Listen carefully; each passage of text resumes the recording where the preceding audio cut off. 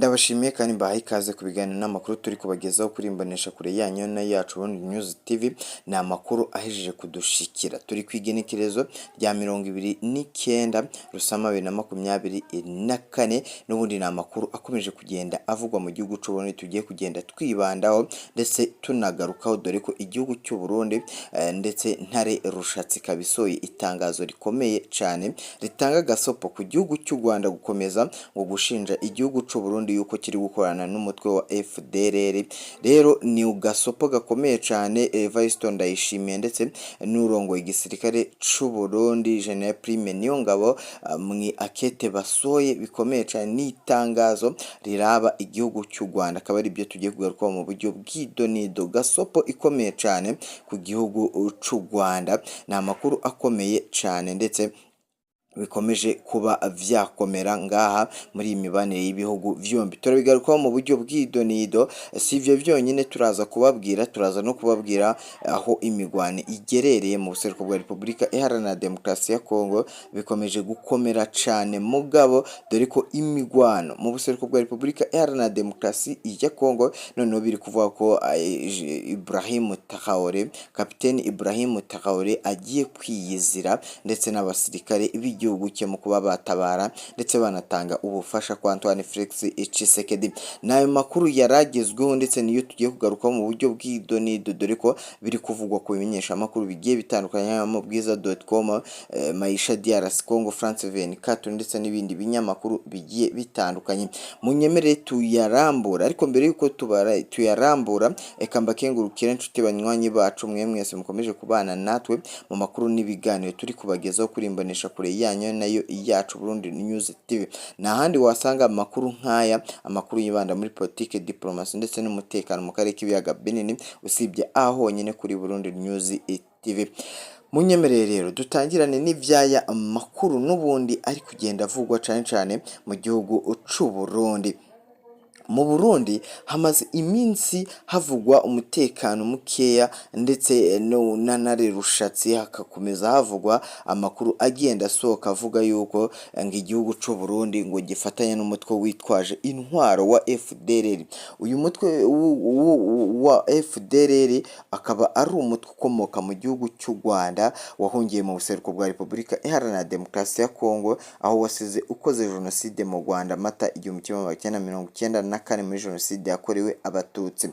Ariko kuva amakimbirane y'ibihugu vyombi haba igihugu cya Kongo, igihugu cy'u Rwanda n'igihugu cy'u Rwanda ndetse n'igihugu cy'u Burundi, ibi bihugu bikaba bikomeje gushinjanya yuko ndetse igihugu cyane igihugu cy'u Rwanda kikaba gikomeje gushinja ibihugu vyombi cyane igihugu cy'u Burundi ko gicumbikiye ndetse kikaba kiri guhe imyimenyerezo ikomeye cyane igihugu uyu muhari wa FDLR. Bikaba biri kuvuga ko iyi FDLR gufata imyimenyerezo ikomeye cyane aha mu gihugu cy'u Burundi. Rero igihugu cy'u Burundi kikaba gisoye amakuru ateye ubwoba, amakuru akomeye cyane, bavuga ko bari kwitegura ndetse ko nibiba ngombwa umuriro bazawatsa ndetse bakanatanga gasopo. Ari byo tugiye kugenda turebaho. General Prime Niyongabo atangaje amakuru ni ibaruwa cyangwa se itangazo riturutse muri Ntare Rushatsi ritanga agasopo, rihagarika, ritanga stop ku gihugu cy'u Rwanda, bavuga yuko igihugu cy'u Burundi ni mu kwisegura gukomeye cyane, bavuga yuko badakorana n'imitwe yitwaje intwaro, ahubwo ngo ari igihugu cy'u Rwanda gikorana n'imitwe yitwaje intwaro. Igihugu cy'u Burundi gikomeje kuvuga yuko kidakorana n'umutwe wa FDLR, nk'uko iki gihugu cy'u Rwanda ngo gikomeza kugenda gishinja iki gihugu cy'u Burundi mu kuba gikorana n'umutwe witwaje intwaro wa FDLR.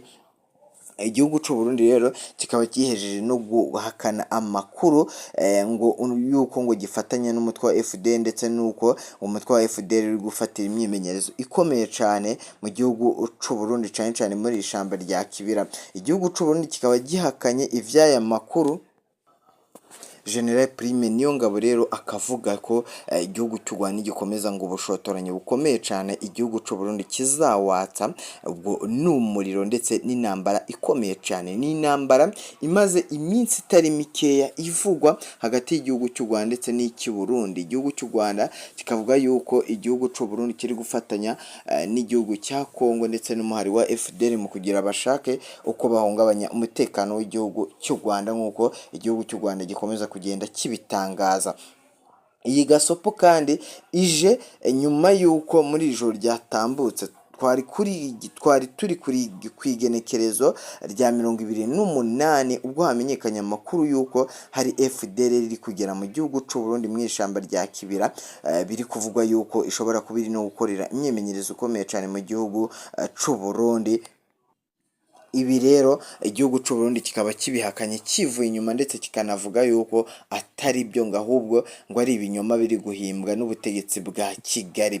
Uku kwitana ba mwana ndetse no guterana amagambo hagati y'ibi bihugu ko ari bitatu, abasenguzi mpuzamahanga mu bya politiki barakomeza kuvuga ko ibi ngibi birakurura umwuka mubi noneho kurusha uwari uhari, dore ko byabyara n'intambara. Ariko hagati aho umukuru w'igihugu cy'u Burundi nawe yagize icyo avuga ku gihugu cy'u Rwanda ndetse anavuga kuri iyi baruwa, kuri iri tangazo rivuye Ntare Rushatsi.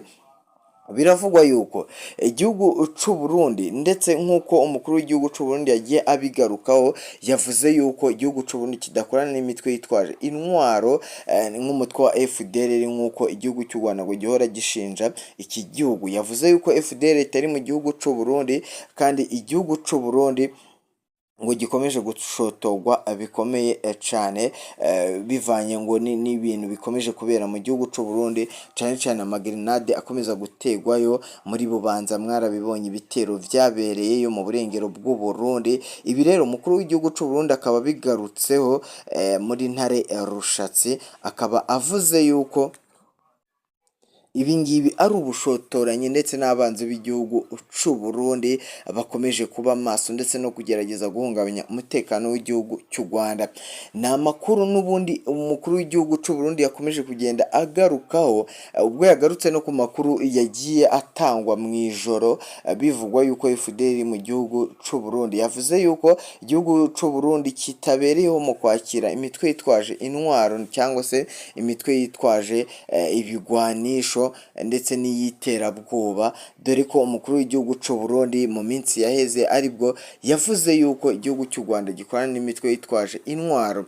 Umukuru w'igihugu cy'u Burundi mu minsi yaheze yashinje n'igihugu cy'u Rwanda ibyaha bigiye bitandukanye, harimo guha ikibanza umutwe wa Red Tabara urwanya ubutegetsi bw'u Burundi, ndetse ubutegetsi bw'u Burundi bugakomeza no kuvuga butarya indimi yuko Red Tabara iri gufatira imyimenyerezo ikomeye cyane mu gihugu cy'u Rwanda, dore ko yahawe n'icyicaro mu gihugu cy'u Rwanda. Ubutegetsi bw'ibihugu byombi bukomeza guterana amagambo ndetse buvuga yuko ngo bose bafasha imitwe, haba igihugu cy'u Rwanda kivuga yuko gifasha ngo mu gihugu cy'u Burundi gifasha umutwe wa FDL, n'igihugu cy'u Burundi kikavuga ko gifasha umutwe wa Red Tabara. Iyi mitwe yose yitwaje intwaro iba mu buseruko bwa Repubulika Iharanira Demokarasi ya Kongo, ahubwo bakavuga yuko iyi ari politiki ikomeye cyane ndetse politike y'imikino, politike yo gushaka gushoza intambara hagati y'ibi bihugu.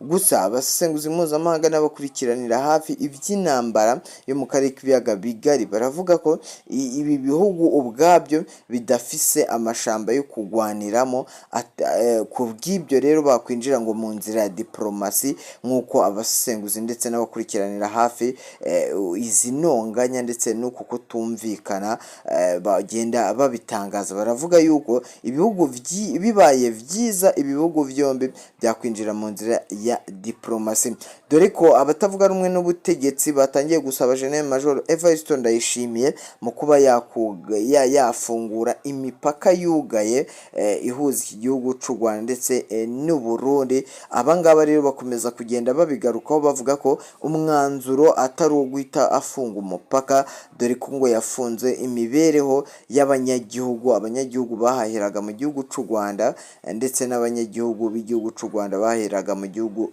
cy'u Burundi yitwaje ngo ni indagara. Ibi rero baragaragaza ko ngo ari ubuswa bukomeye cyane General Major Evariste Ndayishimiye yakoze, ndetse banavuga yuko atari uko bakina politike yo guhita bafata imyanzuro bahubutse.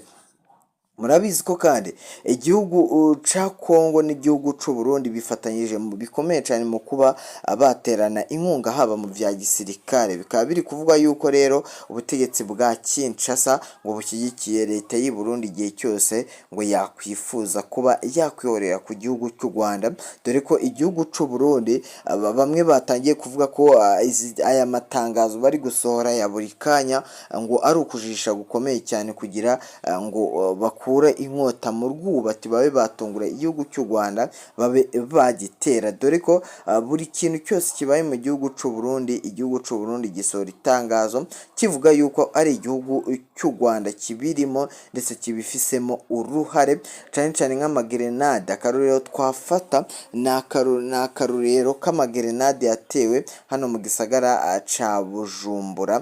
Bikaba biri no kuvugwa yuko abangaba abagera kuri 3 batawe muri yombi bafatiwe ku kibuga cy'indege mpuzamahanga cya Bujumbura. Ni amakuru n'ubundi akomeje kugenda asohoka aturuka mu gihugu cy'u Burundi, dore ko nabo batangaje amakuru akomeye cyane bavuga yuko inzego z'umutekano wabo zifashe neza ndetse ziteguye kugwana igihe icyo ari cyo cyose umwanzi w'igihugu cy'u Burundi yagaba ibitero kuri iki gihugu cy'u Burundi.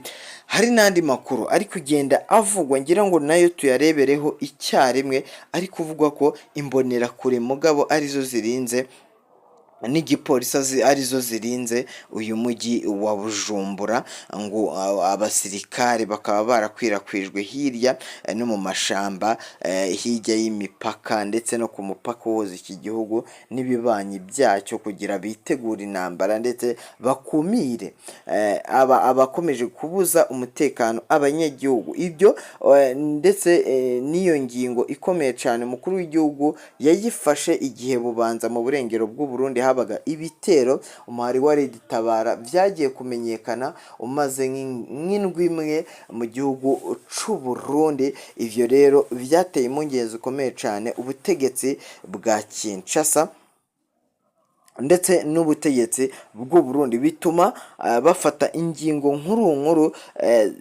zikomeye cyane zo kuba bakumira uku gutegwa ku Burundi byoroheye n'iyi mitwe yitwaje intwaro ihora itera igihugu cy'u Burundi nk'uko bagiye babigarukaho.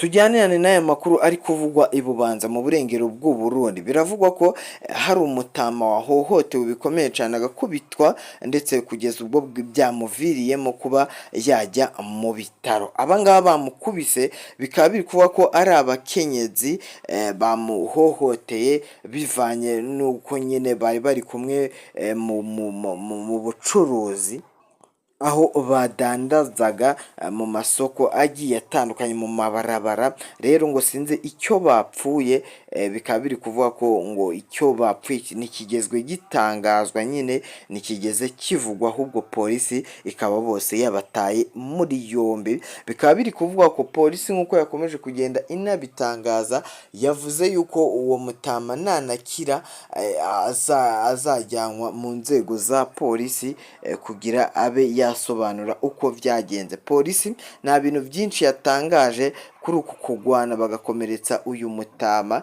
yavuze ko atabyo izi ndetse ngo amaperereza ikomeje nga mu gihugu cy'u Burundi. Rero hakomeje kuba hagara umutekano mukeya mu gihugu cy'u Burundi. Munyemerere twihuse cyane, turi kuvuga ku makuru n'ubundi akiri mu Burundi cyangwa se yerekeranye n'igihugu cy'u Burundi. Munyemerere twihuse cyane tuvuge ku makuru y'impunzi z'abarundi ngo zikeneye gutaha ariko zikaba zarabuze ngo uburyo zitaha. Ubwo buryo ngo bukaba butari taransiporo nk'uko izi mpunzi uzivugira yabivuze. Yavuze yuko ngo izi mpunzi impamvu ziri gutuma zanga gutaha ndetse ngo ziri no gusaba ubutegetsi bwa Gitega mu kubafasha gutaha. Uko gutaha rero bari kuvuga ni ugutaha kumeze gute mu by'ukuri, ngo bari kwifuza ko ngo bazagera mu gihugu cy'u Burundi bagahabwa ibyangombwa ndetse n'amatungo yabo bagiye basiga igihe bahungaga igihugu cy'u Burundi. Bavuze yuko bafise amakuru yuko impunzi iyo zitahutse ibyabo binyagwa ndetse bikanatwarwa n'ubutegetsi bw'u Burundi. Rero izi mpunzi zirakomeza kuvuga yuko ibi ngibi bikomeza kubangamira ubutegetsi ndetse n'abanyagihugu, kubera ko ngo abanyagihugu bari mu buhungiro ngo hari amatungo bagiye basiga. Bagasaba yuko rero bifuza gutaha. Muri uko kwifuza gutaha rero bakavuga yuko ngo barabanza bakemererwa ivyo nyine bari kuba basaba ubutegetsi bwa Gitega, mu kuba bazahita bahabwa ibyangombwa ndetse no kuba bazahabwa amatungo yabo atakunanizanya guhari, nk'uko abangaba bakomeje kugenda babigarukaho.